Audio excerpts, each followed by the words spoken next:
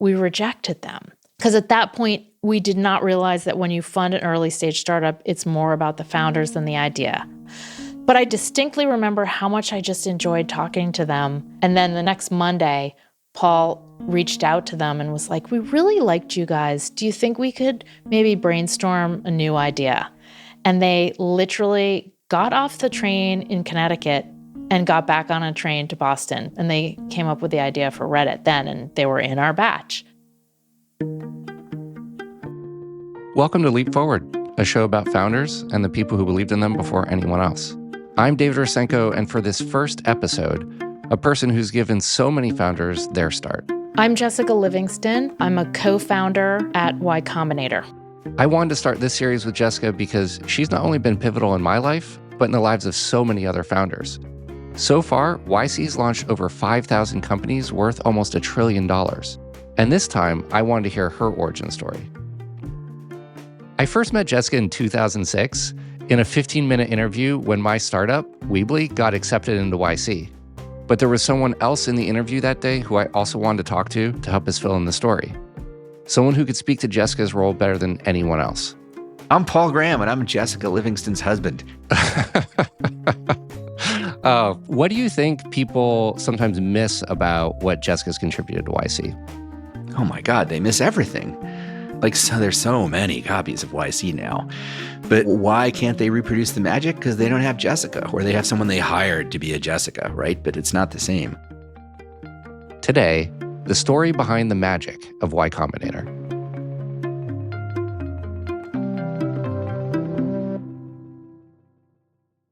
How are you doing? I'm good.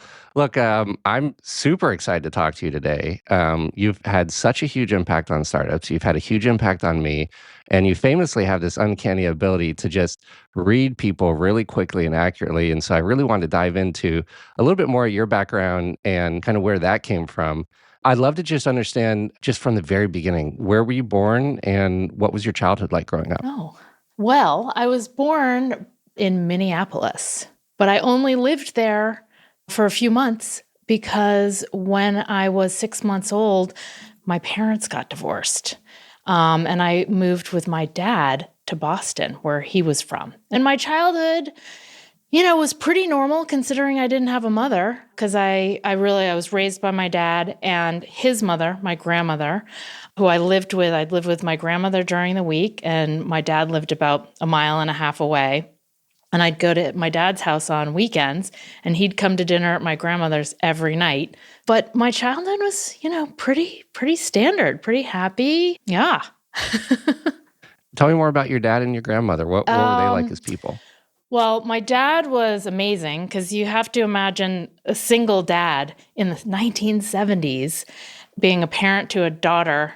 No dad did that, really. And so he raised me. And so I'm forever grateful. He worked for the Gillette company his entire life. And so I had never known about startups as a result. I thought, what you do is you go work for a big company and you stay there for as long as you can and have a good, retirement plan there and all of that. But my grandmother, his mother, she took me in when she was 62 years old, if you can believe it. Imagine raising 4 kids on your own. And then at 62, you have kids, bringing in a baby. Start all over in again. Diapers. So I owe so much to her. Because what I found very comforting growing up was that she was always there. I could always count on her. Mm-hmm. And as a result, she was just such a sort of constant, comforting presence for me. So I was really lucky to have that team of my grandmother and my dad. Do you think there was anything growing up that kind of, you famously have this sense for people? Where do you think that came from? Was it something growing up or was it something that developed later? I think it was growing up. I think it's inborn. A lot of people ask me this question, and I feel a little bit awkward because I don't know if I'm that great at reading people's characters. But from a very young age, because I was an only child, and so I think I had a lot of adults around me. And so I was always trying to, read them and what's going on. And you could never get anything past me. If an adult tried to sort of brush me off somehow, I'd know that they were trying to do that. And I'd ask a lot of questions. I was very inquisitive. And I'm just very interested in human psychology. I don't know. It's in me. Do you remember at that point in time, like, did you have something you imagined being when you grew up? No, David, I'm going to be the most boring person you interview because I had no idea what I wanted to do. Everything was very near term. It was sort of like, what's next on the schedule here? You know, okay, I'm going to high school now. Okay, next I'm going to college. And I graduated, and a lot of my friends had jobs. And I was like, I have no clue what I even am good at or want to do. Like, this was in 1993. Okay, so this is before the internet. So you're looking for jobs in the newspaper. I mean, listeners are just going to die when they hear that. So I came home, and very sadly, like the day after I came home from college, my grandmother passed away of cancer. So that set me off on not a great course. I was sort of very sad, as you can imagine. But I was living at home with my dad, kind of like, oh gosh, what do I even do? And a friend of mine from the town, she had gotten a job in like a training program at Fidelity Investments. So this was on the phones at Fidelity Investments, like customer service. And so I thought, well, I could try it out. I mean, that's how clueless. I was just like, I don't even know if I am interested in finance. But I was like on the phones on the night shift in this training program, like taking calls. I mean, what I really didn't like at Fidelity was that they monitored your every action. Like on those phones, they knew how long every call was, how long you were off a call before you took the next call, how long you took going to the bathroom, like everything. And it was very intense, you know? Yeah. And I said, yeah, this isn't for me. Yeah, talk to me a little bit about what kind of that transition from, I'm curious to hear those kind of next few job experiences and then how you first got interested or kind of came upon this idea of startups. Yeah, there really is like no rhyme or reason in my professional background, honestly, to Y Combinator. Like everyone always wants to see some clear indication that someone who does something interesting later in life, like always wanted to be that way, or like that I sold lemonade or hustled and made money as a child somehow, or was entrepreneurial. I was not. I was a hard worker. I will say that. I was like a reliable, hard worker. I rarely called in sick. And so my jobs back then, the other thing is like you couldn't have like a gap in your resume or it looked bad. So I never left one job until I had a new one going. Like I almost never had time to think about what I want to do. So I was at this investor relations firm, and that was very interesting. But it was a sweatshop. You know, if you left at 6 p.m., that was an early night. Right. And I remember this one woman I worked with, she was such a phony. And she would stay late, get the free dinner. She'd, charge it to a client. She'd call her family, make all her long distance calls. This is at like 8:30 p.m. And then at, 9 p.m., she'd write an email to all of our bosses saying, just a quick update that I've done this. So, timestamp, she was there at 9 p.m., that kind of thing. And so I was there for a while, but then I was like, this is pretty grim. So after that, I did a total about face, and I said, what I really love doing is sort of planning events. So I got a job at Food and Wine Magazine, working on their big event out in Aspen every year. I mean, it's just such a hodgepodge of experience, David. For someone who started his startup right out of college like you probably can't imagine the weirdness of going from different job to different job. Then I moved back to Boston, back to my dad's house, and got a job at an investment bank where I worked in their marketing department. And then the bubble burst, and then things started to sort of go downhill. 2003, you could feel it in Boston for sure. Yeah. And I remember at this point, I had started dating Paul. And I remember saying to Paul, this is just now so not fun working here. I remember as I was dating her thinking, she is so wasted on this lame investment bank. She worked so hard. I don't think she had ever taken a sick day off like in her life. I think there was one point where she had the flu and she went home at lunch, right? But like she worked so ridiculously hard for them. And, what good does it do, right? So she definitely seemed like the kind of person you would want to work with for sure. And I said, I need to create like a project for myself that I'm interested in, that I can be passionate about, And that's when I started writing Founders at Work. And I did that on the side. And that was fully a result of dating Paul and sort of learning about startups for the first time in my life, talking to him. I didn't know any programmers or people who started a startup. I didn't even know the word startup back then. Do you remember from your perspective how she first got interested in startups? I think it was from talking to me and all my friends because, Robert and Trevor and other people we knew had all been involved with startups. And so talking to us, it seemed like everything was much more random and chaotic and irresponsible. There was clearly something there that you could go and start a company to do something, where back in the days when starting a company meant having a factory, that was not so easy, right? And now just a couple of people in a room with laptops could do it. And so meeting Paul and his friends, it was very interesting to me, and I became really fascinated by it. And I read Jerry Kaplan's book, Startup. I was hooked. We'll be right back.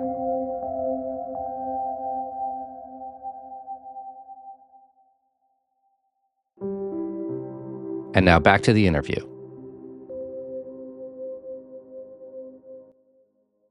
It sounds like startups. I mean, the way that you describe your early work experience, you learned a lot that you eventually brought to Y Combinator, but you also learned some of the stuff that you didn't like people being phony and that corporate work environment. And it sounds like when you found startups, that was kind of like almost the big reveal.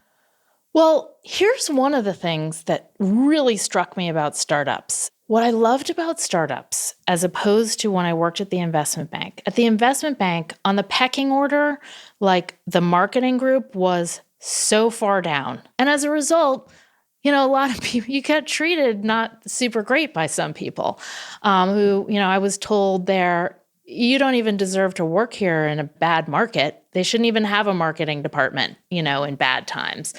And it's sort of demoralizing when people are not that nice to you. For sure. And what I noticed, though, was like a lot of these people who weren't that nice were also just mediocre sort of players, not that good at what they did. And I thought, why am I working so hard and trying my hardest, working with these people who aren't that good and are unpleasant to work with too? And I thought, that doesn't seem right, that the mediocre people are running the show. And what I've observed with startups is, like, if there's a mediocre person, they get fired, And the people who, of course, are starting the startup, like, it's very rare that a pure mediocre person starts a startup. So before we kind of get into starting a Y Combinator, I also just want to take a pause and do you remember the first time that you met Paul? And do you remember what your first impressions were? Yes. I mean, unlike my childhood, I have very clear memories of meeting Paul. Let's see. I'm trying to think of where to start. So at age 30, I was sort of having a sort of midlife crisis a little bit. My sort of long-term boyfriend and I had broken up, and I was really very sad about that. And by the way, added on to this layer of misery, I was living at home with my dad and stepmother, which was wonderful. I mean, could not have been nicer. But as a 30-year-old, living in the Boston suburbs with, your family is not that cool. And so I just worked all the time, didn't go out much. Then I said, okay, I got to get out there. And one thing I did was I took this class at Harvard's Extension School. It was an acting class, David. Oh, wow. I've never taken acting in my life. I mean, the last thing that I had done was Mary in the school play in 6th grade.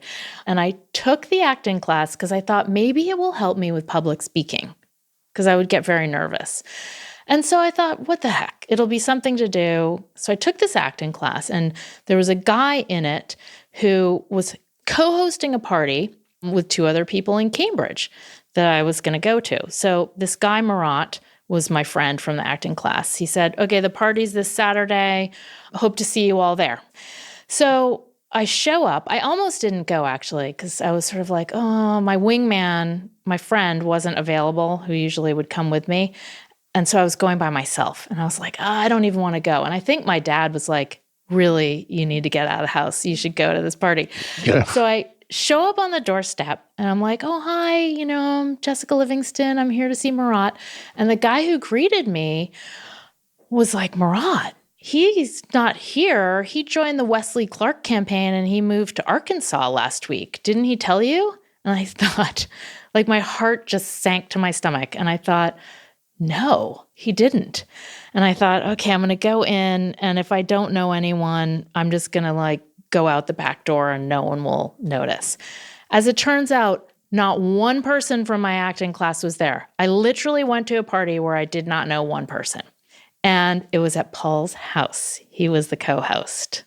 And I actually didn't chat with him. I thought he was married, actually. A friend of his was standing next to him, and I assumed they were married because I didn't know anyone who lived in a nice house, who wasn't married. They all lived in apartments if you're single. Anyway, but I did wind up chatting to Paul. Do you remember when you and Jessica first met? Oh, yes, very vividly. I was standing in the kitchen, and she came back into the kitchen, and I asked her if I should take her coat or if it was part of her outfit.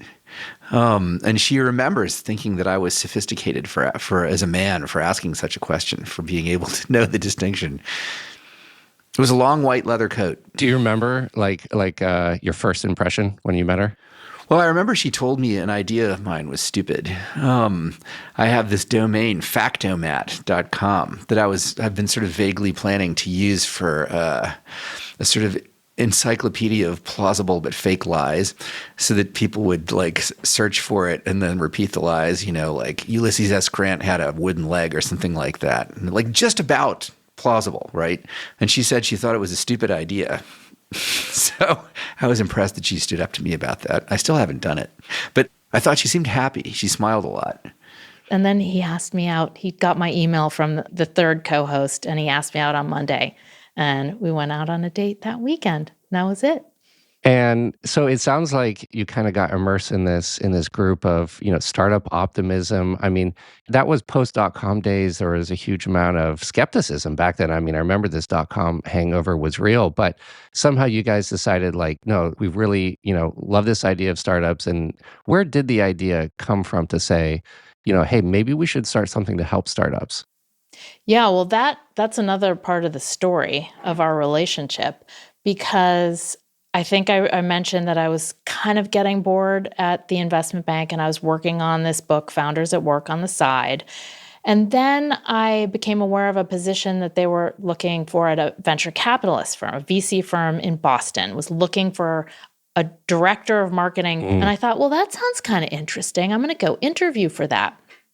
But they took a long time. And in hindsight, it was probably only 2 months, but it still felt like a long time. And like VCs do, they were taking forever to make up their mind. And meanwhile, every night I was telling her, you know what you should do when you go and work for this firm? You should change it in this way, and this way, and this way.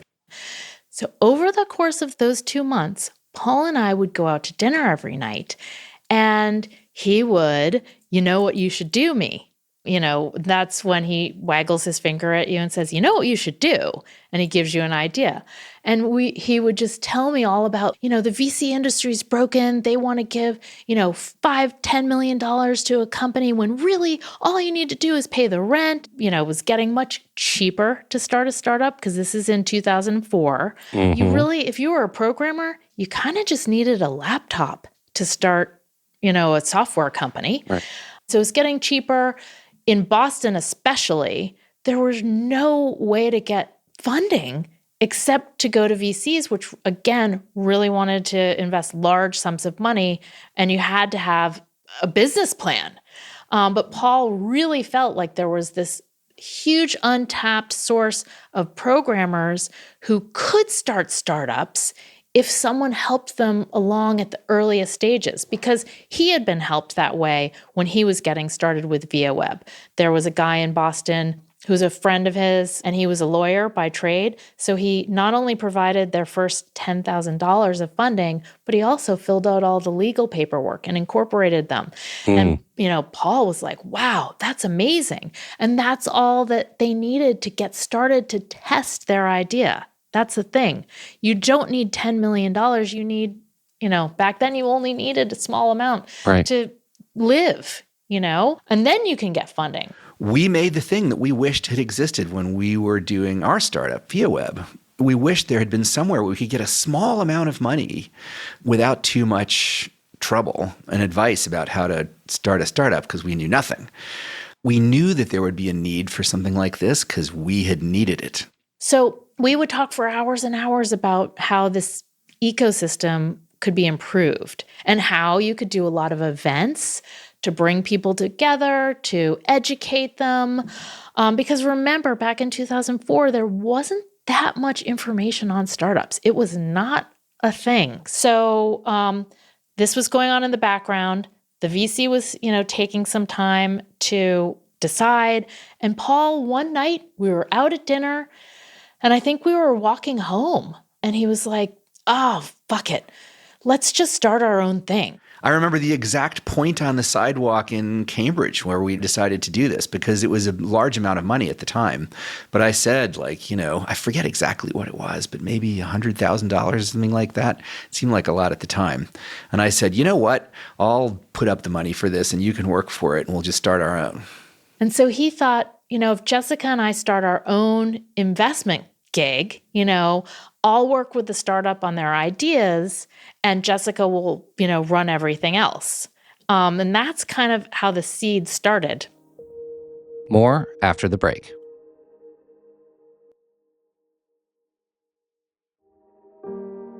And we're back. There's so much that was really distinctive about YC kind of as you guys getting started. And listening to your story, there's so much about almost what you learned from your past about what you didn't want things to be like and how you wanted to do it differently. One of the things that was so distinctive that I remember really blew people's minds was just this 10-minute interview. And if you have a 10-minute interview, you don't have months to look at spreadsheets and decks. I mean, so much of your quick assessment that you have to make is the read on the people. How did you guys decide on just that super short interview? Well, a lot of what we did was we tried something out and we improved upon it. So Paul also had a bunch of other very important ideas. In addition to only giving small amounts of funding, he also said, you can't drag the fundraising process on for, weeks and months. And I agreed. You got to meet with someone and decide then if you want to invest. Because the longer an investor can drag out the process, the more information that they have on that startup. So they're always motivated to drag out that process. So we said, we're not going to do that.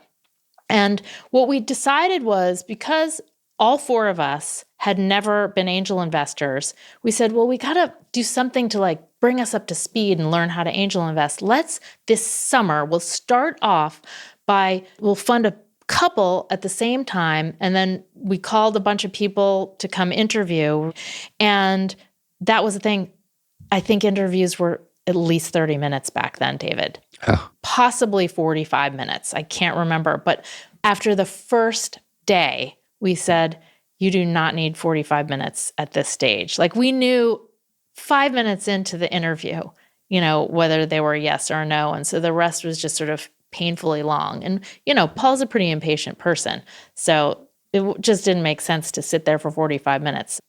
Do you have any kind of memories from those really early interviews? Well, I do. I mean, I remember with Steve and Alexis, they had come up from UVA. Paul had met them at the How to Start a Startup talk at Harvard. They had taken the train up to see him give that talk and then applied to Y Combinator. And they were doing this idea, it was ordering food on your cell phone. Go figure. But it was 10 years too early, or maybe not 10 years, but, it was a few years too early for that idea. Because this is before smartphones were even around. And they, of course, had no connections to any food companies. They're like, you can walk into McDonald's having ordered your food and just pick it up.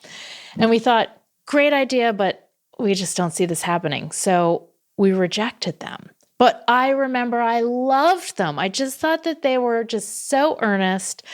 I mean, Alexis is obviously so charismatic.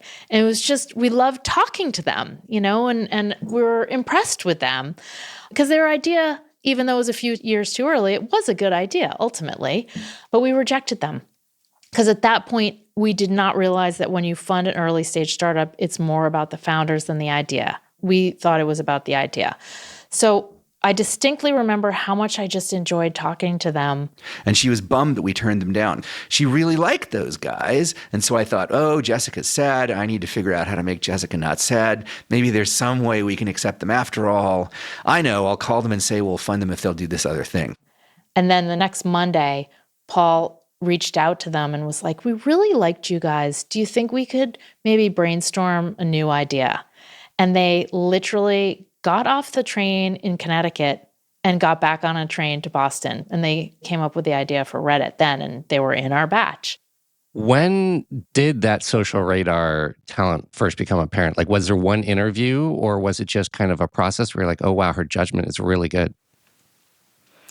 During the first round of interviews, we went into it thinking that Jessica would just be almost like a clerical worker or something like that in the interviews, because me and Robert and Trevor were the experts, and we were going to interview these guys and decide if we were going to fund them or not, right? And Jessica was sitting there like almost like keeping track of who they were and going to get the next one, right? And in the course of the interviews, we found we were like starting to like listen to her opinion a lot. So the first set of interviews, and that was, I suppose, when I realized that she was the social radar too. Because she would look at these people and say, these guys are good. I don't like these ones, So much of what makes YC was these like short 10-minute interviews where you had your read on people. It was the events. I really remember just how warm and nurturing of an environment it was for a smart young founder that was kind of stepping away and doing something interesting. And then also just, I think a lot of what you really brought is also that nurturing element. I mean, how much of that was planned from the get-go, or how much of that was just kind of follow what felt right and what you learned from your past in terms of what you didn't want things to be like? Yeah, that was all just play it by ear and do what feels right. I was very nurturing. And this was, before I had my own children, I had so much energy to focus on others. And I really did treat these people we funded like my kids sometimes. I mean, we would take them out to dinner. I would talk to them about, oh, you've just broken up with your boyfriend or girlfriend, I'm so sorry, what happened? I'd check on that. Like, I really genuinely cared. I really did. I mean, it got hard to do as we funded more and more people, but in the first few batches, there were 8 startups, there weren't that many people. Every Tuesday night when we'd have dinner, that felt to me like inviting them into our home, even though it wasn't actually our home, but it felt like a home, inviting them in. I would have gone to Whole Foods and bought all the food and the special, the cookies and lemonade. Do you remember the lemonade we'd always have and everything? And Paul would physically cook the dinner. He was the chef for many years before that became too much. And we realized like he can't chop the onions and advise startups at the same time. So we got to cook in. But like it really was like a dinner party. And we did care. And we were not ever doing it specifically for the money. It was more doing it to see if it worked. Do you know what I mean? Obviously, we wanted to make money because we couldn't keep going if we didn't make money. But that's not what drove us. It sounds so cheesy to say that, but it is true. It was just the natural sort of thing we would have done. Did it seem unnatural? Of course not. That was just like if we funded people, we didn't know how investors worked. We'd never been around any investors. We were in Boston. And so we just did what seemed natural to us. And it was in fact very different from the way things had been done previously, but we didn't even know how different. It just seemed natural to us to act the way we did. Like we weren't like acting nice to you guys to, in order to manipulate you, right? We were just being nice. It's such a critical component, and it's just so interesting how, her experience with planning events is a critical part of what made YC YC. Yeah. And if you think of what YC is like, it's just all a bunch of events, isn't it? Right? What do you do in YC? You have to decide who to fund. And then during the batch is just a bunch of events. There's the dinners, there's demo day, which is just an event. Startup school is an event. YC like consists of events. And so it just turned out, I didn't really realize it at the time, but as essentially a professional event organizer, she had the perfect expertise. Plus, being the social radar, she was the perfect person to do the first part too, which is deciding who to pick. So it was luck. It was luck. She just turned out to be the perfect person for this. What do you think people sometimes miss about what Jessica's contributed to YC? Oh my God, they miss everything. YC feels like a family when you go there, which is very different from anything that could be produced by VCs, right? Without being super creepy.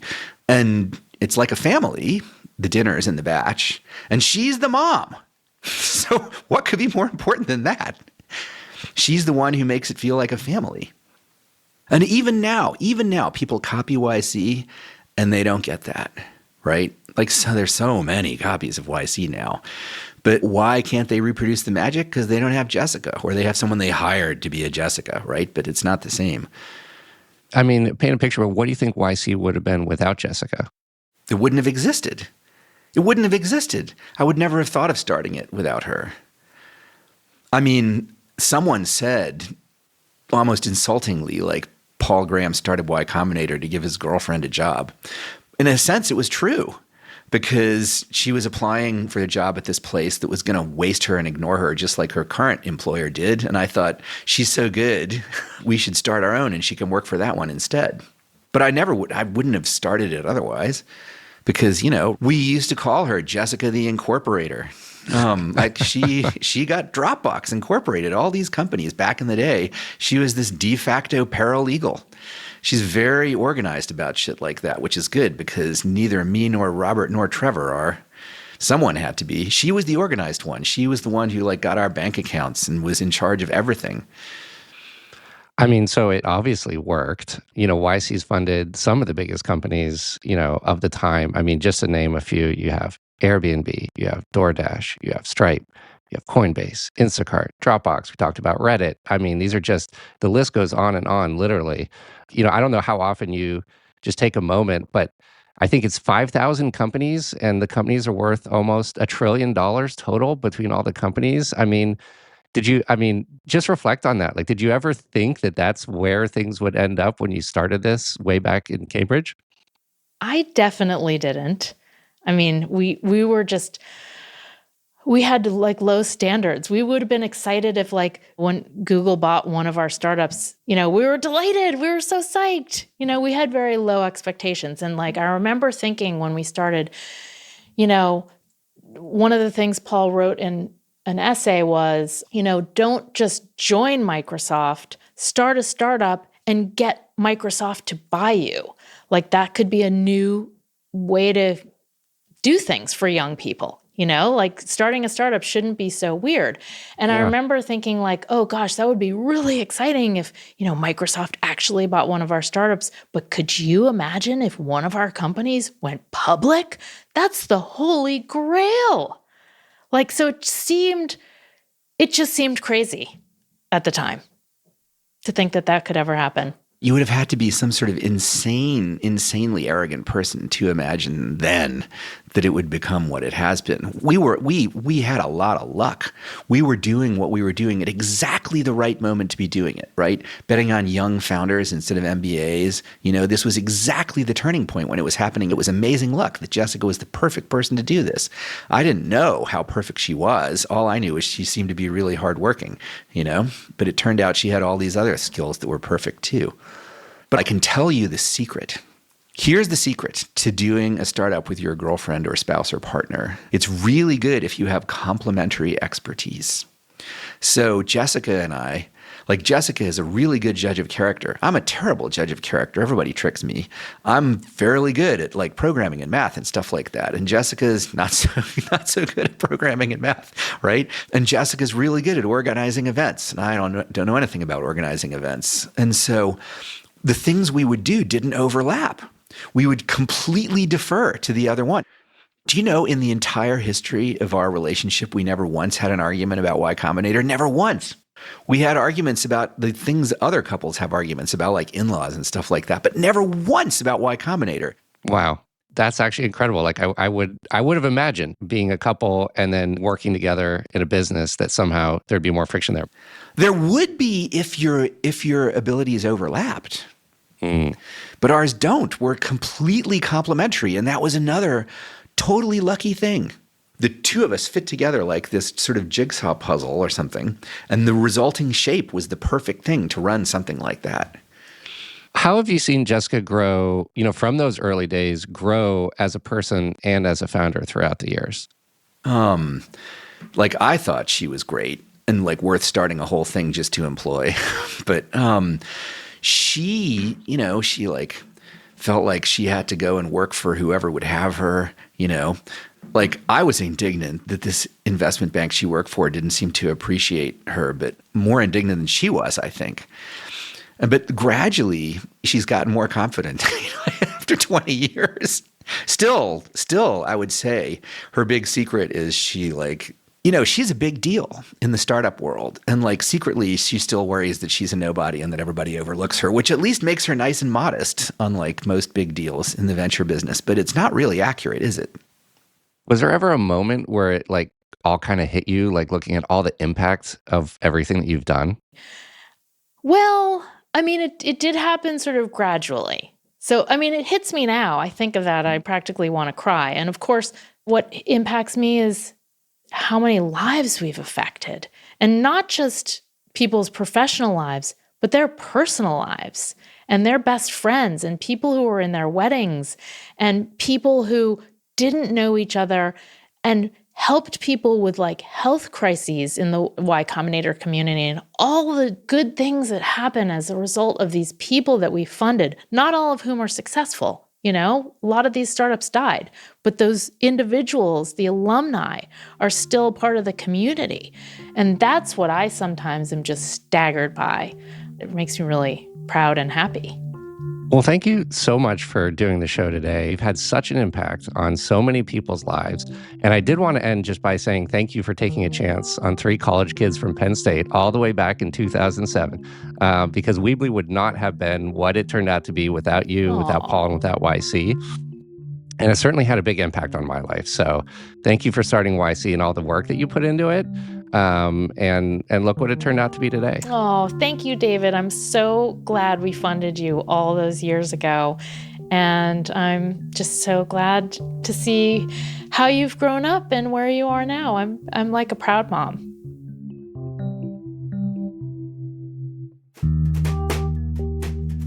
This podcast is brought to you by Leap Forward Ventures, an investor in early stage startups.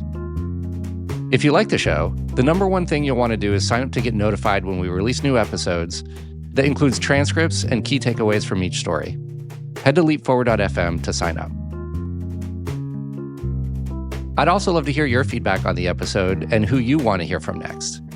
Just shoot us a text at 415-915-3050 to get in touch.